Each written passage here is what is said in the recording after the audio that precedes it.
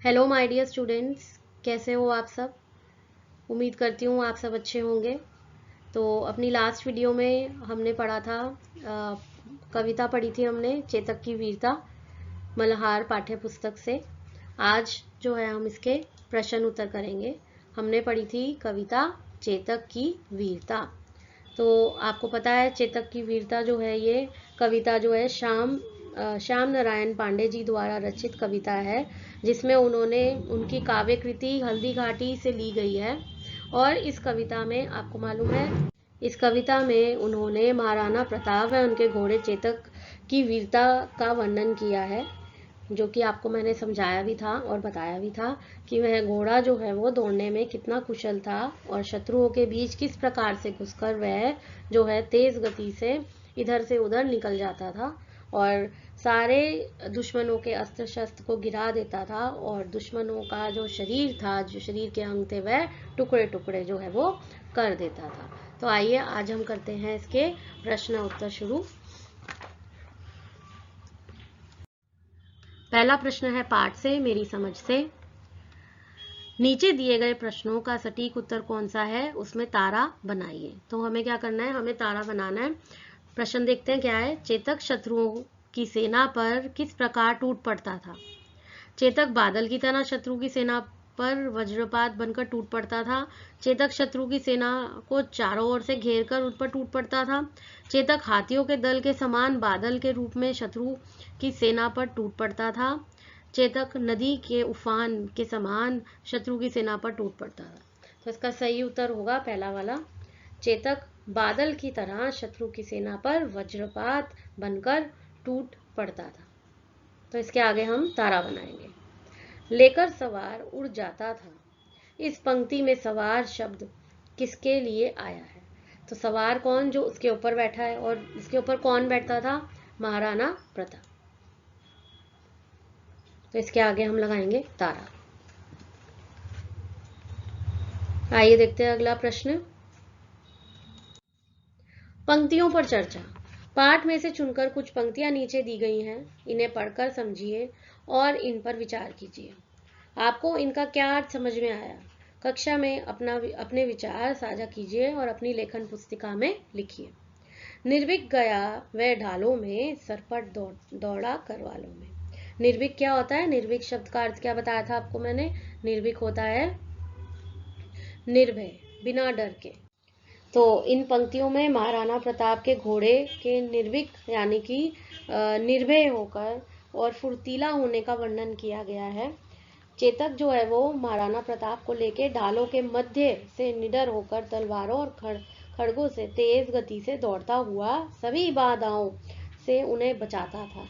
वह नहीं डरता था और वह सरपट दौड़ा, यानी कि वो जो है वो फटाफट से दौड़कर तेज गति से दौड़ता हुआ उनको सारी बाधाओं से बचाता था। तो आइए इसका उत्तर देखते हैं क्या है। इन पंक्तियों में महाराणा प्रताप ने घोड़े के निर्भीक और फुर्तीला होने का वर्णन किया है। चेतक महाराणा प्रताप को निडर होकर तलवारों और खड़गों से तेज गति से दौड़ता हुआ सभी बाधाओं से उन्हें बचाता था। भाला गिर गया, गिरा निशंक, हर टापों से खन गया अंग। भाला गिर गया, यानी चेतक की यहाँ पर इन पंक्तियों में बुद्धिमानी, वीरता और फुर्तीलेपन को बताया गया है कि किस प्रकार से शत्रु का भाला, तलवार तथा तरकश आदि जो युद्ध में प्रयोग किए जाने वाले हथियार होते हैं, वो सब हथियार जो हैं वो गिर जाते थे।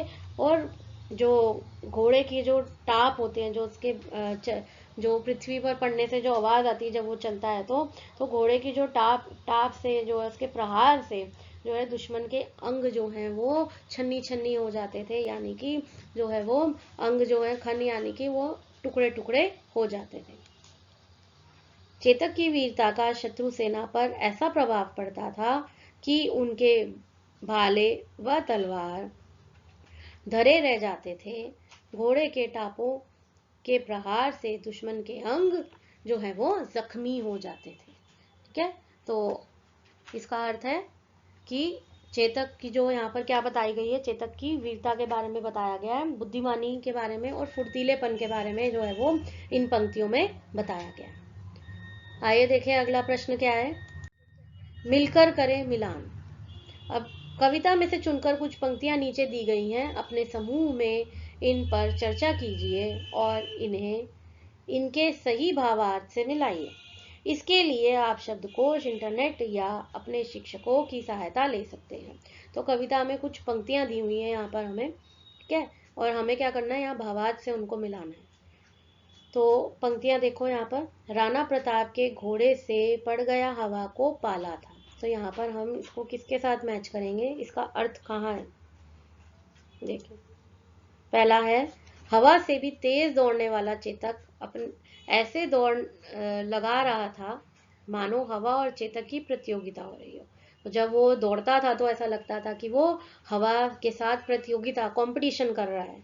तो ये इसका फर्स्ट आंसर होगा। वह दौड़ रहा अरिमस्तक पर या आसमान का घोड़ा था। वह दौड़ रहा अरिमस्तक यानी दुश्मन के सिर पर दौड़ रहा था या आसमान पर दौड़ रहा था, यही नहीं समझ आ रहा था कि वो दौड़ कहाँ रहा है। इसका सही उत्तर होगा, शत्रुओं के सिर के ऊपर से होता हुआ एक छोर से दूसरे छोर, एक मतलब एक तरफ से दूसरी तरफ तक ऐसे दौड़ता जैसे आसमान में दौड़ रहा हो। तो ऐसा लग रहा था कि शत्रुओं के सिर से दौड़ता हुआ आसमान में जो है, आसमान में दौड़ रहा है। जो तनिक हवा से बाघ हिली लेकर सवार उड़ जाता था। तो तनिक यानी थोड़ी सी भी उसकी हवा से बाघ हिली, जो उसके ऊपर बैठा हुआ है, जैसे महाराणा प्रताप जी जो उसके ऊपर बैठते थे, तो उसकी जैसे ही बाघ हिलती थी तो वो उनको लेकर ही उड़ जाता था उसी दिशा में जहां वो जाना चाहते थे। ठीक है, तो इसका आंसर होगा कि चेतक की फुर्ती ऐसी कि लगाम के थोड़ा सा हिलने ही सरपट हवा में उड़ने लगता था। ऐसा लगता था सरपट हवा में उड़ रहा है। राणा की पुतली फिरी नहीं तब तक चेतक मुड़ जाता था। तो जैसे ही वह राणा की पूरी निगाह मुड़ने से पहले ही उस ओर मुड़ जाता था, अर्थात वह उनके भाव समझ जाता था कि वो क्या चाहते हैं। तो फोर्थ होगा ये वाला। विकराल वज्रमय बादल सा अरि की सेना पर गहर गया। तो शत्रु की सेना पर भयानक वज्रमय बादल बनकर टूट पड़ता और शत्रुओं का नाश करता। तो फिफ्थ वाला होगा ये। तो इस प्रकार से हम मिलान करेंगे और लिखेंगे। अगला प्रश्न देख लेते हैं क्या है।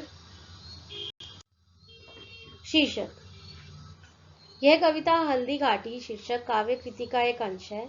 यहाँ इसका शीर्षक चेतक की वीरता दिया गया है। आप इसे क्या शीर्षक देना चाहेंगे और क्यों?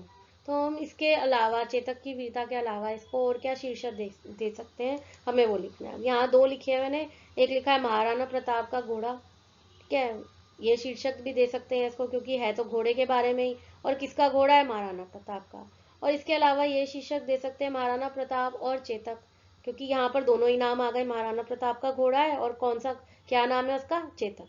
तो दो शीर्षक मैंने यहाँ पर लिखे हैं, और क्यों लिखे हैं वो भी मैंने आपको बताया कि महाराणा प्रताप का तो घोड़ा ही है और जो घोड़े का नाम क्या है, चेतक। अगला प्रश्न देखते हैं।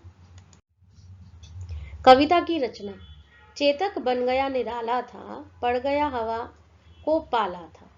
राणा प्रताप का कोड़ा था या आसमान पर घोड़ा था। रेखांकित शब्दों पर ध्यान दीजिए, ये शब्द बोलने लिखने में थोड़े मिलते जुलते हैं। इस तरह के तुकांत शैली प्राय कविता में आती है। तो इनको हम जो है ना, कभी कभी कविता अतुकांत भी होती है। इस कविता में आए तुकांत शब्दों की सूची बनाई है। तो ये जो है ये तुकांत शब्द है, ठीक है। तुकांत यानी तुकबंदी शब्द भी बोलते हैं इनको। ये तुकबंदी शब्द है, जैसे राइमिंग वर्ड्स होते हैं जो इंग्लिश में हम बोलते हैं जिनको। तो इसी प्रकार से जैसे निराला, पाला, कोड़ा और घोड़ा, तो ये जो शब्द हैं ये कैसे हैं, ये तुकांत शैली है, इसके अंदर तुकांत शब्द हैं जो मिलने, जब हम बोलते हैं तो बोलने लिखने में थोड़े बहुत मिलते जुलते होते हैं, ठीक है। तो इसमें से, कविता में से हमें और तुकांत शब्द निकाल के उनकी सूची बनानी है। तो आइए देखते हैं इसका क्या आंसर है। निराला, पाला, कोड़ा, घोड़ा, चालो मालो, ढालो करवा लो, यहाँ वहाँ जहाँ कहाँ, लहर ठहर, निशंग अंग, दंग रंग। ये सारे जो हैं ये कौन से शब्द हैं, ये तुकांत शब्द हैं। तो इस प्रकार से हम सारे शब्द जो है वो कविता में से छांट कर उसकी यहाँ पर सूची बनाएंगे। अगला प्रश्न देखते हैं। शब्द के भीतर, शब्द मतलब शब्द के अंदर ही एक शब्द है। या आसमान का घोड़ा था।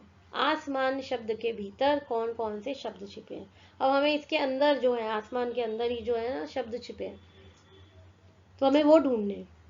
आस, समान, मान, सम, आन, नस आदि। अब इसी प्रकार कविता में से कोई 5 शब्द चुनकर उनके भीतर में शब्द खोजिए। तो हमें क्या करना है, जैसे ये आसमान शब्द है, इसके अंदर और अंदर कितने शब्द थे? 1 2 3 4 5 6 शब्द निकले इसके अंदर से। तो इसी प्रकार से वो कह रहे हैं 5 शब्द और जो है वो कविता में से ढूंढो और उनके अंदर के जो भीतर के शब्द हैं वो भी खोजने हैं हमें। तो आइए देखते हैं कौन से शब्द ढूंढ सकते हैं हम। यहाँ मैंने ढूंढा है चौकड़ी, चौक, कड़ी 2 शब्द है। बादल, बाद, दल, मस्तक, मस्त, तक, दिखलाया, दिख, लाया, करवाल, कर और वाल। ये 5 शब्द मैंने ढूंढे हैं। कौन से? चौकड़ी, बादल, मस्तक, दिखलाया, करवाल। और इसके अंदर के भीतर के शब्द क्या है?